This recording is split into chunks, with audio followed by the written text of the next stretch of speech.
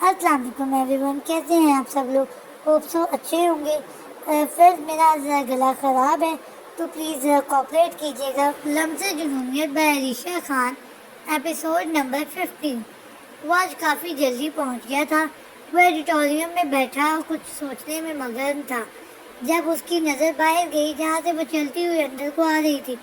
وہ ناسمجھی سے اسے آتے دیکھ رہا تھا کیونکہ اس کا رخ اس کی طرف تھا۔ وہ اسی کی طرف بڑھ رہی تھی۔ حلیم کے قدم بھی اس کے بالکل قریب آ کر رکے۔ وہ جلدی سے کھڑا ہوا کیونکہ وہ سخت تاثرات لیے اسے ہی دیکھ رہی تھی۔ ابھی وہ کچھ پوچھتا جب حلیم نے بیگ سے وہی بک نکالی جو شاہویز نے اسے پیک کر کے سوری کے طور پر گفٹ کی تھی۔ یہ تم نے رکھی تھی؟ حلیم کا لہجہ آج کافی بدلا اور سخت لگ رہا تھا، جس پر شاہویز نے ہاں میں سر ہلایا تھا۔ کس کی اجازت سے؟ اس بار وہ واقعی غصے میں لگ رہی تھی، جس پہ شاہویز نے ایک نظر اسے نیچے سے اوپر تک دیکھا اور ڈارک ریڈ کلر کی شرٹ کے ساتھ ڈارک بلو جینس پہنی ہوئی تھی۔ بال آزاد تھے۔ آپ سن ہی نہیں رہی تھی تو میری بات، اس لیے مجھے یہ کرنا پڑا۔ شاہویز نے معصومیت سے بھرپور لہجے میں کہا۔ کیا سنتی میں؟ یہی کہ میں کسی لڑکی سے دوستی نہیں کرتا۔ آپ مجھے غلط سمجھ رہی ہو۔ میں اس مجاز کا نہیں ہوں وغیرہ وغیرہ۔ وہ باقاعدہ ایک نئی ڈون میں اتراتے ہوئے کہنے لگی۔ شاہویز کو وہ کہیں سے بھی پہلی والی حلیم نہیں لگ رہی تھی۔ حلیم جی، شاید آپ نے نوٹ پڑھا نہیں، آخر میں کیا لکھا تھا؟ وہ اسے یاد دلانا چاہ رہا تھا کہ اس نے دوست لکھا تھا، مگر حلیم کو وہ سب کچھ یاد تھا۔ مگر میں نے اگین تمہیں انسسٹ نہیں کیا تھا کہ مجھ سے دوستی کرو۔ مجھ پر ترس کھا کر حلیم نے جتاتے ہوئے کہا، جس پر شاہویز اسے بڑی حیرت سے دیکھنے لگا، جبکہ پیچھے کھڑی ہوئی حوریہ ان کی باتوں سے لطف اندوز ہو رہی تھی۔ میں نے آپ پر کوئی ترس نہیں کھایا حلیم جی، آپ غلط سمجھ لیں گے۔ میں نے تو بس آپ کی دوستی قبول کی ہے۔ اوہ اچھا، اس طرح کی کتاب بیچ کر تم مجھ سے دوستی کرو گے؟ تمہیں پتہ بھی ہے یہ کتاب اگر کسی کو دی جائے اس کا کیا مطلب ہوتا ہے؟ حلیم اسے وہ کتاب دکھاتے ہوئے کہنے لگی، جس پر وہ ناسمجھی سے اسے دیکھنے لگا۔ کیا مطلب ہوتا ہے؟ حلیم نے باقاعدہ اس کے ہاتھوں کو مارتے ہوئے یہ کتاب اسے دی جو وہ سنبھال گیا تھا۔ جب مطلب پتہ چل جائے تو ہی اس کو دے دینا۔ حلیم سخت تاثرات لیے پلٹنے لگی جب اس کی نظر سامنے دروازے پہ کھڑی حوریہ پر گئی، جو اب ہنسنے میں مصروف تھی۔ حلیم نے نہ آؤ دیکھا نہ تھاؤ، اور تیز قدموں کے ساتھ چلتی ہوئی باقاعدہ اسے دھکا دینے کے انداز میں گزر کے جانے لگی، جس سے وہ ٹکراتے ہوئے زمین پر جا گری۔ پھر کیا ہونا تھا جو بھی ہوا۔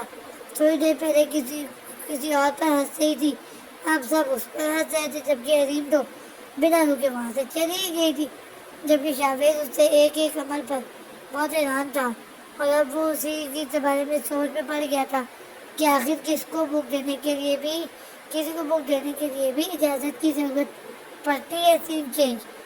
آج ان کا دوسرا پیپر تھا۔ سب لوگ اپنی جگہ پر بیٹھے سوالات کے پرچے ڈھونڈ رہے تھے، جیسے سوالات بےچینی سے چینی زبان میں لکھے گئے ہوں۔ کل رات زہیر نے سب کو بس اتنا کہا تھا کہ اپنے ساتھ 2-3 اچھے والے پین رکھ کر لائیں، لیکن کسی کو یہ اب تک سمجھ نہیں آیا تھا کہ آخر اس نے ایسا کہا بھی کیوں تھا۔ ابھی سب اسٹوڈنٹس چہرے پر رونے والے تاثرات لیے اپنی اپنی نشستوں پر بیٹھے زہیر کے کسی اشارے کا انتظار کر رہے تھے، جب کلاس کے باہر پانی والا کھڑا لڑکا نظر آیا۔ ان کا پروفیسر اسے اندر آنے کی اجازت نہیں دے رہا تھا۔ حائزل کو لگ رہا تھا زہیر شاید بھول گیا ہے۔ اب سب کے سب اسٹوڈنٹس پریشان تھے۔ سبھی کو زہیر کی بڑی یاد آ رہی تھی۔ آئیز کچھ ہیلپ کرو، ایک لڑکی نے پیچھے سے حائزل کو آواز دی۔ ادھر میرے لالے پڑے ہوئے ہیں، تمہیں ہیلپ کی لگی ہوئی ہے؟ حائزل نے سخت لہجے میں کہا، جس پر وہ لڑکی خاموش ہو گئی۔ وہاں کی سیکیورٹی بھی سخت تھی۔ ان کا پروفیسر موت کا فرشتہ ہی ثابت ہو رہا تھا۔ انہیں ایسے بیٹھے دیکھ تقریباً 1 گھنٹے سے زیادہ ہو چکا تھا، مگر وہ سب یوں ہی اپنی کاپی میں سر جھکائے بیٹھے تھے۔ اب تک انہوں نے الف بھی نہیں لکھا تھا۔ اب ان کی امیدیں دم توڑنے لگی تھی. تمہیں ان میں سے کچھ لوگوں کو ان میں سے کچھ ہی لوگوں کو لگ رہا تھا کہ شاید سریش کے ساتھ کچھ ہو گیا ہو، اور کچھ لوگوں کو لگ رہا تھا آج وہ ہیلپ نہیں کر پائے گا.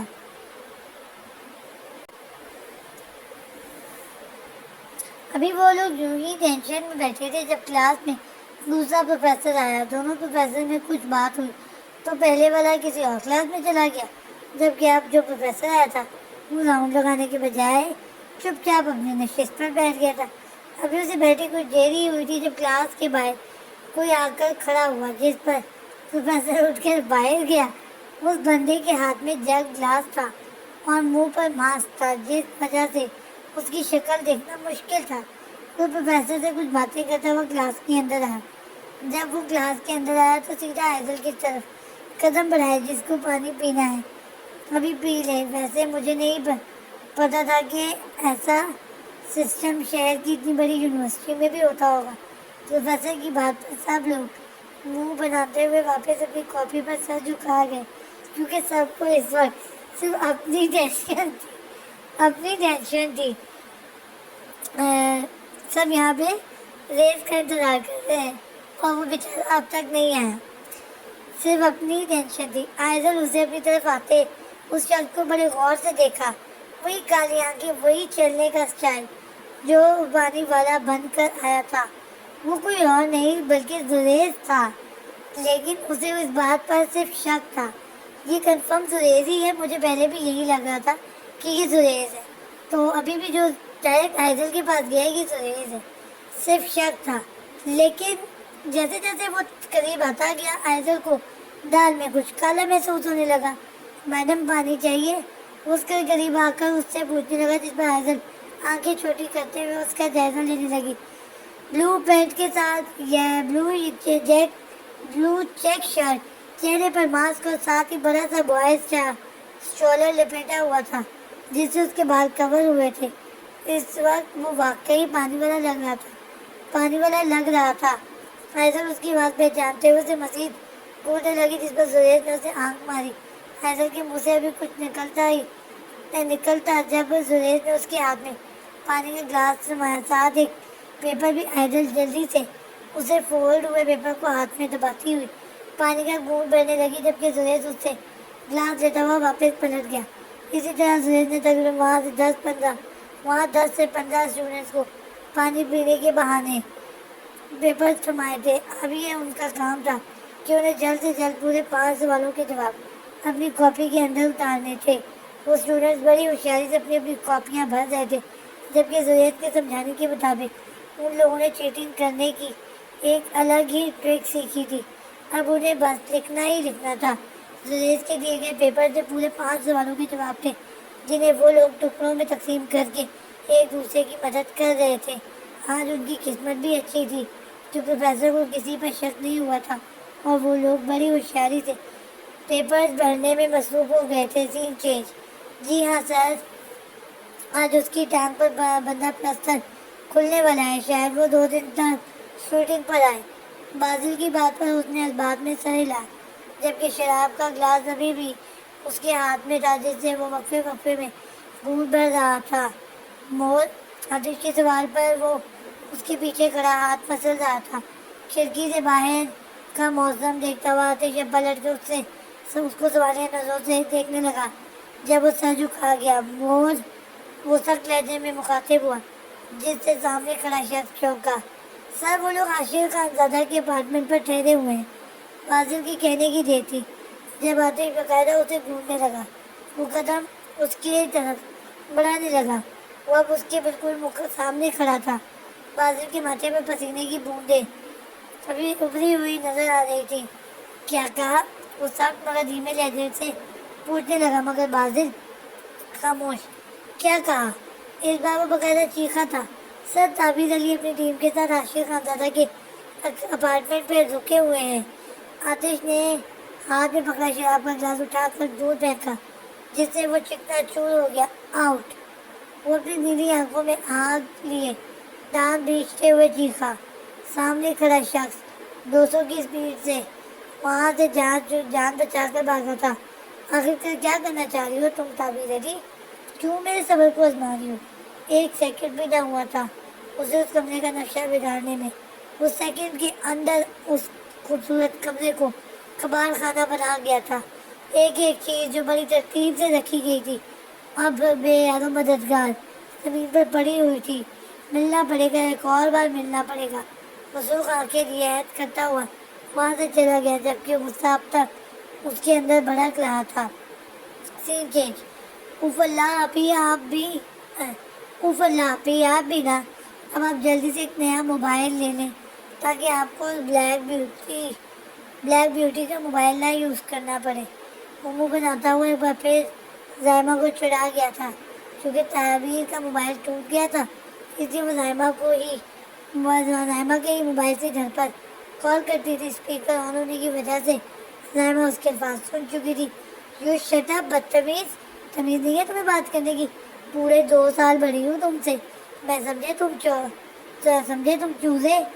زائمہ بھڑکتے ہوئے تعبیر کی طرف آئی اور موبائل چھین کر چلانے لگی جس پر تعبیر نے سر پکڑ لیا کیونکہ ایک بار پھر سے ان دونوں کی لڑائی شروع ہونے والی تھی.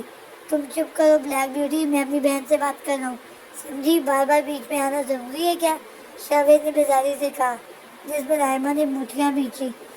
منہ بند رکھو اپنا. تم اتنی بڑی یونیورسٹی میں پڑھ رہے ہو اور تمیز اب تک نہیں آئی تمہیں؟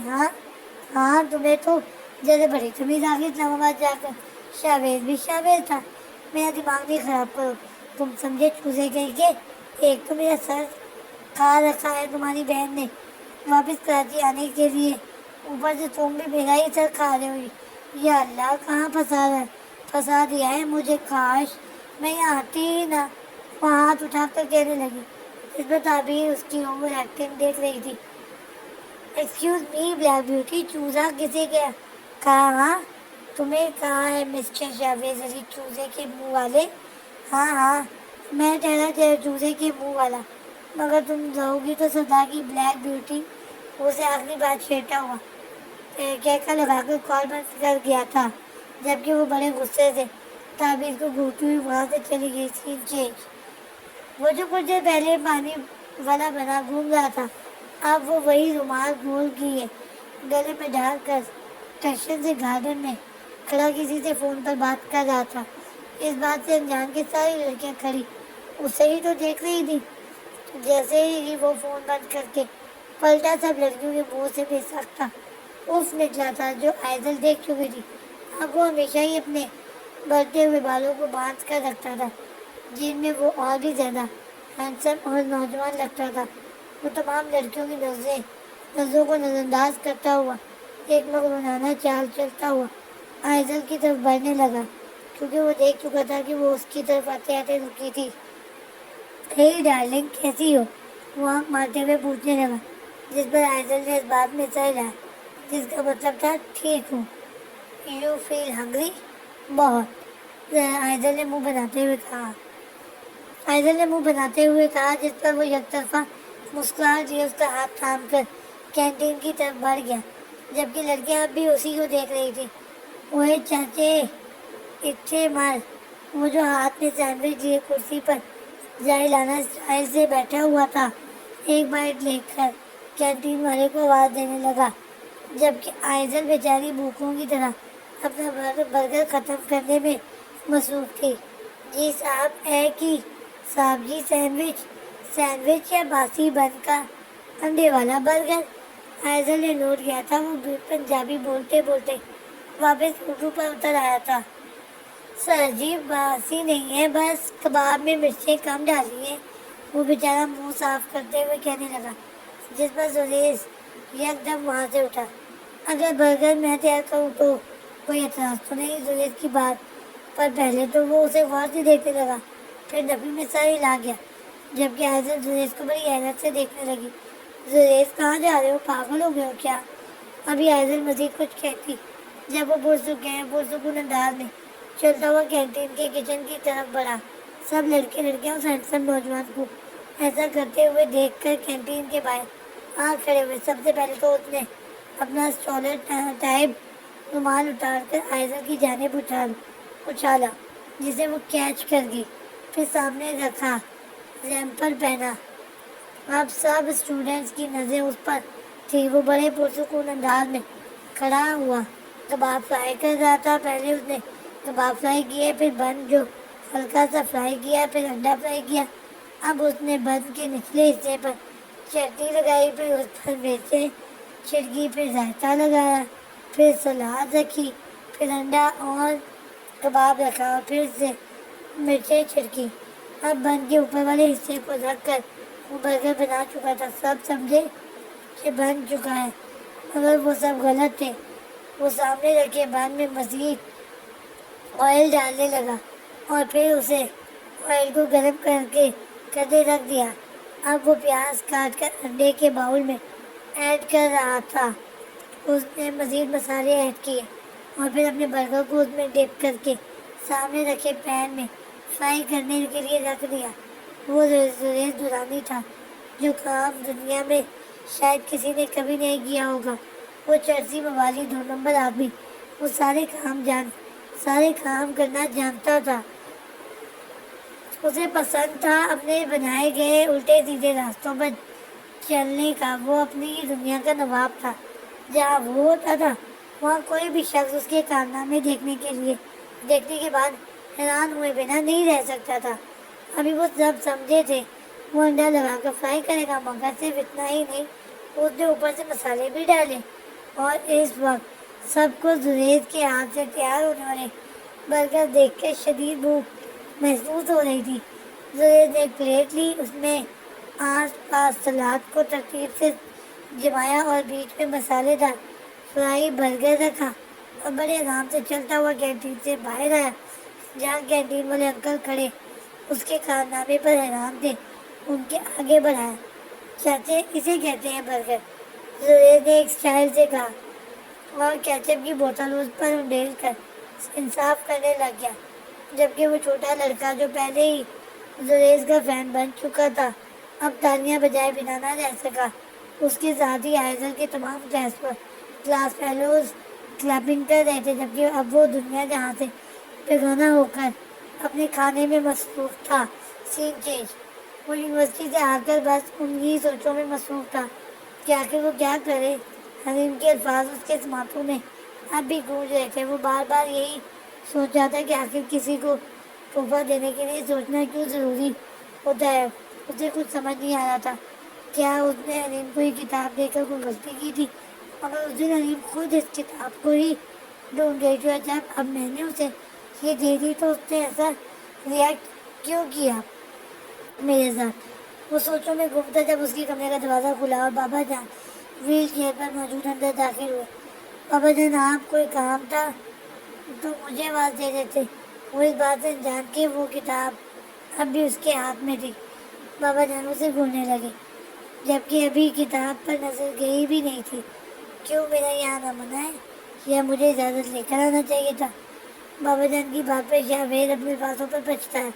ایسی بات نہیں ہے بابا جان، میں نے تو ایسے ہی کہہ دیا۔ وہ نظر چراتا وہ منہ بنا گیا، جبکہ افتخار صاحب اس کے صوفے پر بیٹھ کر سامان کو دیکھ رہے تھے۔ بڑا کتب بازار لگایا ہوا ہے، پڑھائی کر بھی رہے ہو یا بس ایسے ہی نام کے لیے یونیورسٹی جا کر بہن کا خرچہ کروا رہے ہو؟ ہر بار کی طرح ان کا لہجہ آج بھی سخت اور تنزیہ تھا، جس پر شاویز ان کی طرف بے چارگی سے دیکھنے لگا۔ بابا جان، کیا ہو گیا؟ آپ کیوں ہر وقت خفا رہتے ہیں؟ میں الحمدللہ پڑھنے ہی تو جا رہا ہوں، شاویز نے باقاعدہ سونے والا منہ بناتے ہوئے کہا، جس پر افتخار صاحب اسے گھور کر رہ گئے۔ مگر جب اس کے ہاتھ میں پکڑی کتاب پر نظر گئے، ادھر گئی لائن، مگر جب اس کے ہاتھ میں پکڑی کتاب پر نظر گئی تو جیسے وہ ساکت ہو گئے۔ اچھا، تو یہ پڑھائی ہو رہی ہے؟ ابھی شاویز کچھ سمجھتا جب اس کی نظر اپنی ہاتھ میں پکڑی کتاب پر گئی، سیکرٹ آف لو۔ اب شاویز آنکھیں پھاڑتے ہوئے سامنے بیٹھے بابا جان کو دیکھ رہا تھا۔ اسے نہیں پتا تھا اس کے ہاتھ میں اس کے ساتھ کیا ہونے والا ہے۔ بابا، چپ کر بابا کے بچے، یہ پڑھائی ہو رہی ہے؟ ہاں، محبتوں کے راز جاننے کے لیے یونیورسٹی جایا جا رہا ہے۔ اگر واقعی تجھے محبت کے ہی راز جانتے تھے تو بیٹا مجھے پہلے ہی بتا دیتا، میں تعویذ کو منع کر دیتا کہ اس گدھے کو یونیورسٹی نہ لگاؤ، بس اس کا ایک ہاتھ میرے ہاتھ میں دے دو، پھر دیکھو کیسے بتاتا ہوں میں محبتوں کے راز اسے۔ افتخار صاحب ٹھیک ٹھاک والے آنکھ بگولا ہو چکے تھے، اور اس بار تو تعبیر بھی گھر پر نہیں تھی۔ اگر وہ ویل چیئر سے اٹھ سکتے تو کب کا اس کی ہڈی پسلی ایک کر چکے ہوتے۔ بابا جان کی میری نہیں ہے سچ میں۔ شاویز شرم سے پانی ہوئے جا رہا تھا۔ وہ جلدی سے اس کتاب کو اپنے بیگ میں رکھ کر بابا جان کے قدموں میں آ بیٹھا۔ تیری نہیں ہے تو پھر کس کی ہے؟ میری ہے؟ نہیں نا بابا جان، یہ میرے دوست کی ہے۔ اس نے دی ہے دوست کی؟ جہاں تک مجھے پتا ہے تیرا کوئی دوست ہی نہیں۔ بابا جان بھی شاویز کا ٹھیک والا امتحان لے رہے تھے۔ شاویز بہانے پہ بہانا بنایا جا رہا تھا۔ بابا جان آپ نہیں جانتے نا اسے، وہ یونیورسٹی کا دوست ہے۔ وہ اچھا، اور کب بنا یونیورسٹی میں دوست؟ بابا جان بن گیا تھا دوست پہلے دن ہی، گزارتے ہوئے کہنے لگا، جس پر بابا جان اسے جانچ کی نظروں سے دیکھنے لگے۔ اچھا، اور اس بے شرم دوست نے یہ کتاب تمہیں دی ہے؟ بھلا کیوں؟ یہ وہ تمہیں کیوں دے گا؟ مطلب بھی پتا ہے اس کا؟ وہ نہیں پتا۔ وہ منہ بناتے ہوئے نظریں جھکا گیا۔ گدھے کے گدھے ہی رہو گے۔ یہ کتاب اسے واپس کرو اور اسے کہو جا کے اپنی شادی کے بعد اپنی بیوی کو گفٹ کرے، اور خبردار جو آج کے بعد ایسے بے شرم لوگوں سے دوستی رکھی تو۔ افتخار صاحب کی بات پر وہ جلدی سے اس بات میں سر ہلاتے ہوئے واپس اپنے صوفے پر جا بیٹھا، جبکہ افتخار صاحب اسے آنکھیں دکھاتے ہوئے وہاں سے چلے گئے۔ جیسے ہی وہ کمرے سے نکلے وہ جلدی سے اس کتاب کو نکال کر پڑھنے لگا۔ پڑھنا ضروری ہے؟ ایک بار پھر افتخار صاحب کی آواز آئی، جس پر وہ کانپتے ہوئے باہر کی طرف دیکھنے لگا، جہاں وہ باہر جو اسے غصے سے گھور رہے تھے۔ شاویز نے اپنے چہرے پر آئے پسینے کو صاف کرتے ہوئے اس کتاب کو واپس بیگ میں رکھ دیا، جسے دیکھ کر افتخار صاحب اب جا چکے تھے۔ کیا ہے اس کتاب میں؟ حنیم اسے تلاش کر رہی تھی۔ جب میں نے اسے دی تو منہ پر مار گئی، اور بابا جان پڑھنے بھی نہیں دے رہے، نہ رکھنے دے رہے ہیں پاس۔ بھلا ایسا بھی کیا راز ہے اس کتاب میں؟ وہ خود کلامی کرتا ہوا اپنا بیگ سمیٹ کر ٹیبل پر رکھنے لگا۔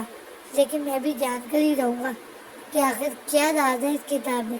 وہ واپس اپنے صوفے پر آ لیٹا۔ اب وہ موبائل میں گوگل پر سرچ کرنے میں مصروف تھا۔ یقیناً وہ اپنا تجسس ختم کرنا چاہتا تھا۔ سین چینج۔ تقریباً شام 7 بجے کا وقت تھا جب تعبیر ہنی اور رائمہ کے ساتھ ہنی کے کہنے پر ایک پروڈیوسر سے ملنے گئی ہوئی تھی۔ وہ بہت بڑا ہاؤس تھا، یقیناً وہاں اکثر شوٹنگز ہوا کرتی ہوں گی، ورنہ جس خوبصورت سی جگہ پر وہ بنایا گیا تھا وہاں رہنا انسانوں کے لیے کافی مشکل تھا۔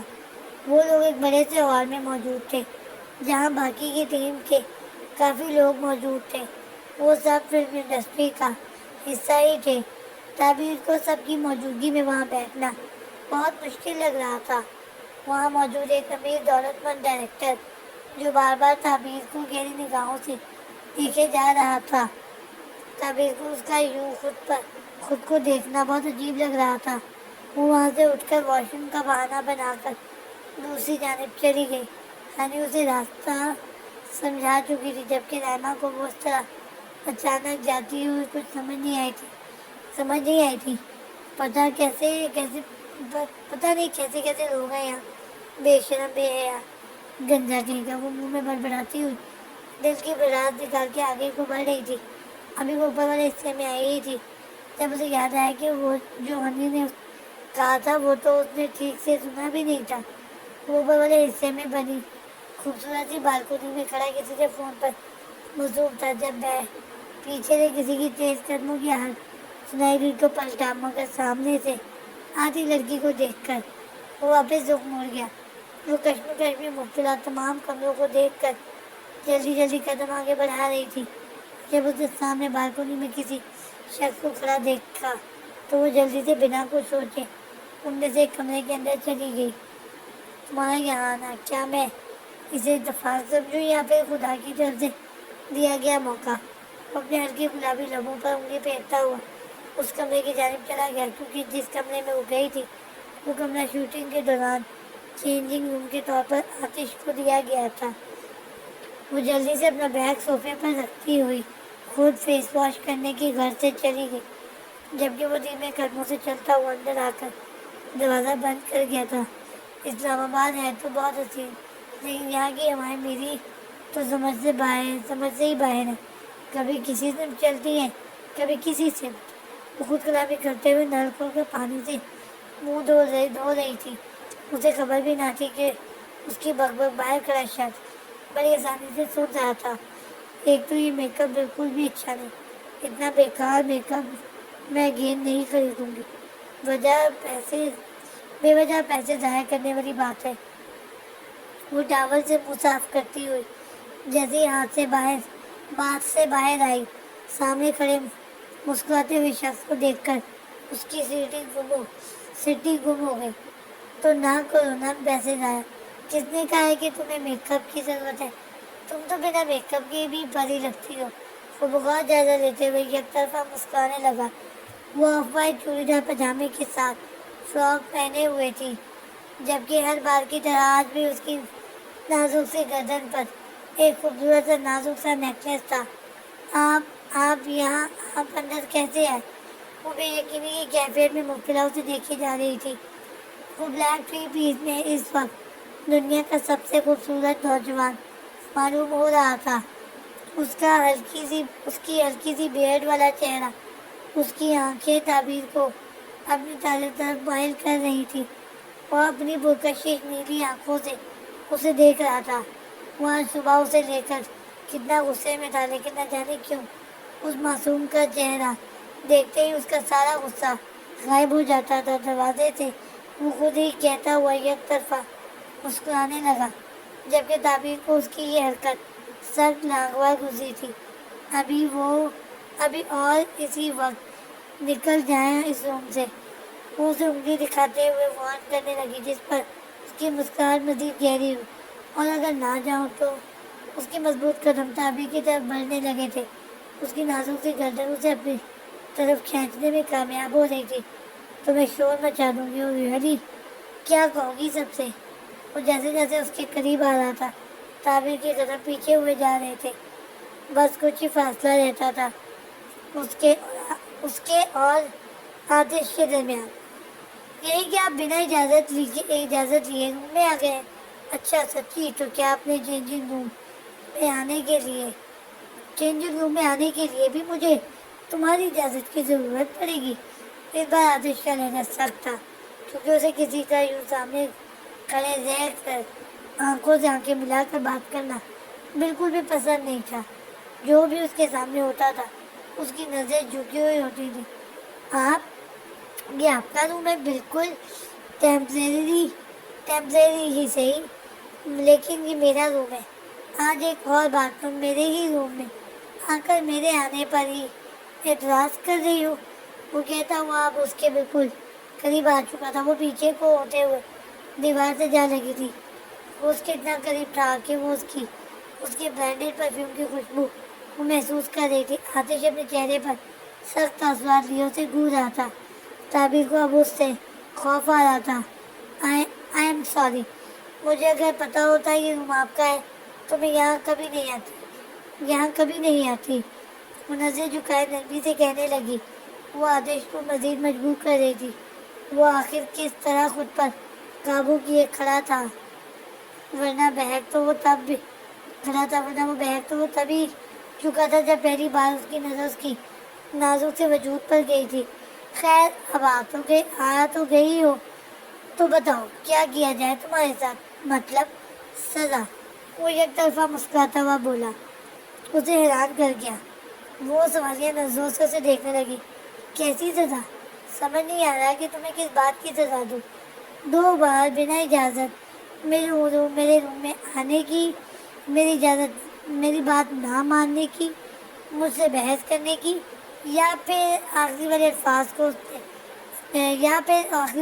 کو اس نے لمبا کھینچ کر کہا تھا وہ نہ جانے اپنی نیلی آنکھوں سے اس کی بڑی بڑی آنکھوں میں چھپا راز جاننے کی کوشش کر رہا تھا، یا پھر مجھے بے چین کرنے کی۔ اس دفعہ اس کا لہجہ شوقیہ تھا، وہ بڑی آہستگی سے اس کے چہرے کے قریب ہوتا جا رہا تھا۔ تعبیر کو اب گھبراہٹ محسوس ہونے لگی تھی۔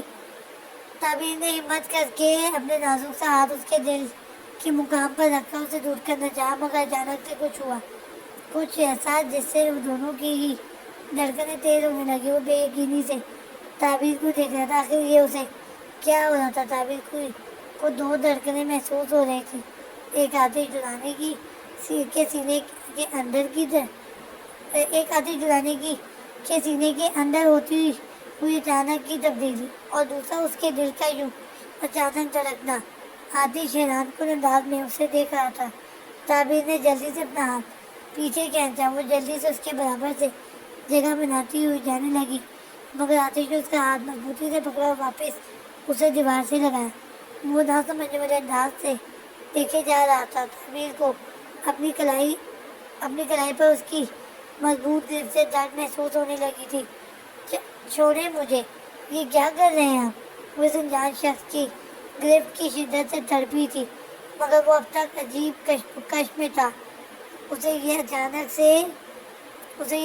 سے کیا ہوا تھا، جیسے اس دن مال کے باہر پہلی بار اس کا دل دھڑکا تھا۔ وہ بھول چکا تھا کہ وہ لڑکی اس کے لیے انجان ہے، وہ اپنا غصہ بھی بھلا چکا تھا۔ یہ سب کیا ہو رہا ہے؟ یہ مجھے کیا ہو رہا ہے؟ وہ اپنی نیلی جادوئی آنکھوں سے اسے دیکھ رہا تھا۔ تعبیر نے سوالیہ نظروں سے اسے دیکھا۔ وہ آخر کیا کہہ رہا تھا؟ وہ سمجھ نہیں پا رہی تھی۔ کیا تم یہ محسوس کر سکتی ہو؟ آتش نے بے ساختہ اس کا ہاتھ اپنے دل کے مقام پر رکھا تھا۔ ہاتھ جیسے ہی اس کے سینے پر گیا، ان دونوں کی دھڑکنیں مزید تیز ہونے لگی تھیں۔ آتش محسوس کر سکتا تھا تعبیر کی گرم جھلستی سانسیں اس بات کی گواہی دے رہی تھی کہ جو حال آتش کا تھا وہی تعبیر کا بھی تھا، جاری ہے۔